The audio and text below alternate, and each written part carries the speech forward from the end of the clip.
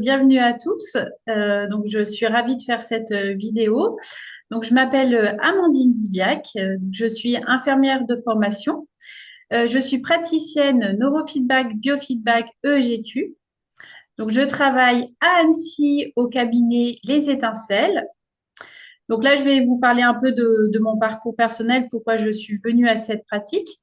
Donc, pour raisons personnelles, ayant suivi des enfants ayant des troubles d'apprentissage, donc des difficultés scolaires, des difficultés à gérer des émotions au quotidien, j'ai décidé de trouver une méthode naturelle, efficace, personnalisée, durable dans le temps et surtout reconnue par les sciences. Donc, j'ai suivi un webinaire passionnant avec un neuropsychologue qui s'appelle donc Eharion, qui travaille avec l'Institut Neurosciences. Et lors de ce webinaire, il nous a parlé donc de la méthode neurofeedback, biofeedback, EEGQ, et j'ai été convaincue. Donc, je me suis formée. Tout d'abord, j'ai exercé donc cette pratique sur moi-même et aussi autour des membres de ma famille.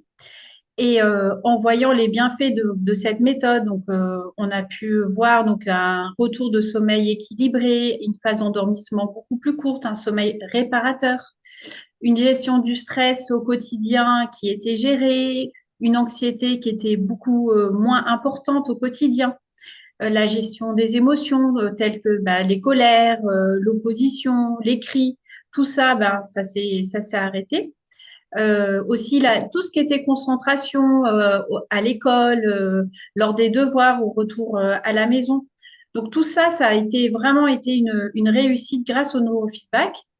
Donc, je trouvais ça trop dommage donc de garder tout ça pour moi. Donc, j'ai décidé donc d'être praticienne et d'aider les autres et aider les familles face à ces différents problèmes. Donc, comme je vous le disais auparavant, donc je prends en charge donc des enfants atypiques, mais aussi il est important aussi de prendre en charge les parents afin que la méthode en fait soit le plus efficace. Donc, prendre le problème en fait de façon précise l'enfant, mais aussi tout son contexte. Donc là, je vais vous raconter une histoire, un client que j'ai pu avoir. Donc, c'était un enfant qui avait l'âge de 8 ans, qui est rentré dans les apprentissages. Et donc, j'ai eu sa maman au téléphone qui me disait que c'était très compliqué pour elle de gérer tout ce qui était la sphère émotionnelle, le sommeil, la concentration. Avec son enfant, la gestion avec la famille, le papa, et qu'elle commençait à être en épuisement. Et donc, elle s'est tournée vers moi et donc je lui ai fait part donc, de mon expérience, donc du neurofeedback, biofeedback, EEGQ. Et donc, on a travaillé toujours les séances par du biofeedback au début. Donc, c'est-à-dire que l'enfant prenne conscience de son état émotionnel, de tout ce qui est, on va dire, tout ce qui est effet physiologique que peut avoir le corps, en fait, face à un stress, que ce soit la température corporelle, que ce soit l'augmentation du rythme cardiaque. Et donc, on commençait toujours une séance pour poser les choses pour que l'enfant soit le plus calme, le plus propice. Et voilà. Le but, c'est de vraiment personnaliser. Donc, on peut parfois faire toute une séance d'1 heure de biofeedback qui permet donc de travailler soit sur, on va dire, la fréquence cardiaque, le rythme cardiaque, ou tout ce qui est aussi au niveau température corporelle lorsqu'on est stressé. Donc, ça peut être vraiment personnalisé. C'est pas forcément juste 10 minutes pour être le mieux possible pour lancer l'entraînement de neurofeedback, la séance, mais ça peut être vraiment personnalisé. Maintenant, de façon assez rapide, je vais vous expliquer concrètement qu'est-ce que le neurofeedback. Donc, le neurofeedback, en fait, on fait une analyse cérébrale et avec un comparatif avec une norme, en ayant eu tous les paramètres cliniques de la personne et le comparatif, on va cibler, on va dire, les points auxquels on veut travailler pour arriver à un état de bien-être. Et ça, on fait un comparatif avec une norme. On met un protocole en place, vraiment personnalisé, euh, propre à la personne.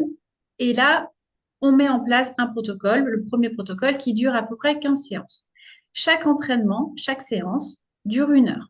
Et après, on fait des entraînements, des petites sessions de 2 à 3 minutes ou 5 minutes en fonction de l'état de la personne, si elle est fatiguée ou pas. Et en fait, il y a un système de feedback. Quand la personne est dans l'état recherché, la musique ou l'audio continue. Et quand on en est en dessous de ce qu'on recherche, la musique se coupe. Et lors des entraînements, tous ces 3 minutes, quand on fait une pause et quand on voit les résultats avec le client et moi-même, on voit comment, si le client a été dans un bon pourcentage, on voit comment il était. Est-ce qu'il était concentré? Est-ce qu'il était calme? Est-ce que les consignes étaient bien établies? Et si à l'inverse, il est en dessous du seuil, on cherche pourquoi. Est-ce qu'il pensait à autre chose? Est-ce qu'il écoutait, il était stressé, il n'était pas à l'aise, il était mal positionné.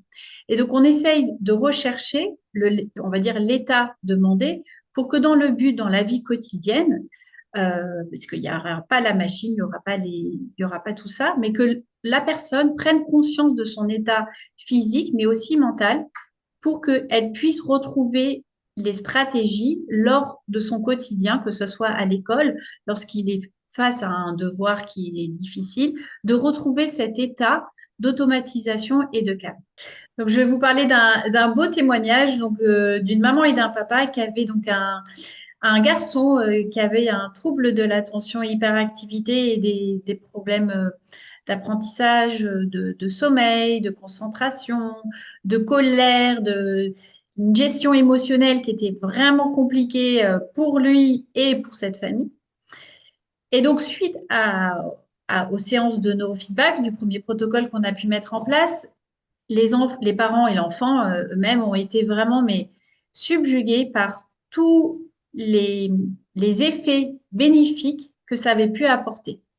Tout d'abord, un sommeil, vraiment, mais une phase de sommeil, un coucher à 8h30, réveillé à 7h, sans difficulté d'endormissement, vraiment un vrai sommeil réparateur. Et ça, c'était vraiment problématique avec la famille parce que tous les soirs, ils devaient l'endormir et cet enfant n'arrivait pas à trouver le sommeil. Donc ça, c'est un problème qui a été résolu.